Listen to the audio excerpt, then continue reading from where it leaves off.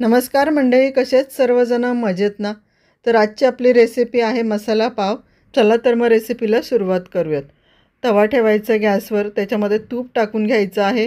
तुम्ही तुपाऐवजी बटरसुद्धा वापरू शकता.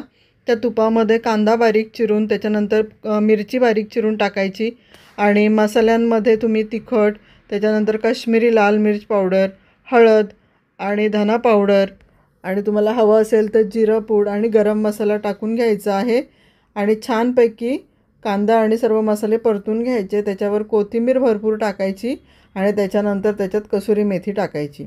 ते सगळं छानपैकी परतून झालं की काढून घ्यायचं आहे आणि तव्यामध्ये आपण पुन्हा थोडंसं तूप टाकणार. त्याच्यामध्ये तिखट टाकायचं आहे आणि मग पाव असे मधोमध चिरून त्याच्यावर फ्राय करण्यासाठी टाकायचे आणि त्याच्यानंतर पुन्हा साईडने तूप सोडायचं आहे आणि जो आपण तयार मसाला केलेला आहे तो तयार मसाला एक एक चमचा त्या दोन्ही पावांवर ठेवायचा. वरून कोथिंबीर टाकायची, पाव बंद करायचे आणि छानपैकी अलटीपलटी करून त्याला मंद गॅसवर भाजून घ्यायचे आहेत. थोडेसे कुरकुरीत होईपर्यंत पाव छानपैकी भाजून घ्यायचे. एक 5-6 मिनटं जातात या प्रोसेसला. पण अशा प्रकारचे मसाला पाव अप्रतिम लागतात खायला. तुम्ही बटरऐवजी तूप वापरा, तुपाऐवजी बटर वापरा. हे मसाला पाव खूप टेस्टी होतात. तर नक्की तुम्ही एकदा ट्राय करा.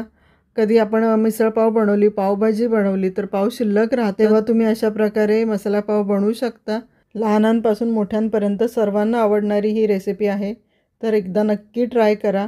मुलांना टिफिनसाठी सुद्धा कधीतरी वेगळा खाऊ म्हणून आपण हे देऊ शकतो आणि तूप वापरल्यामुळे ते हेल्दीसुद्धा बनलेलं आहे. कशी वाटली आजची रेसिपी? आवडली असेल तर लाईक करा, शेअर करा.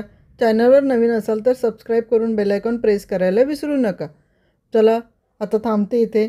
भेटूया पुन्हा अशाच नवनवीन व्हिडिओंसह.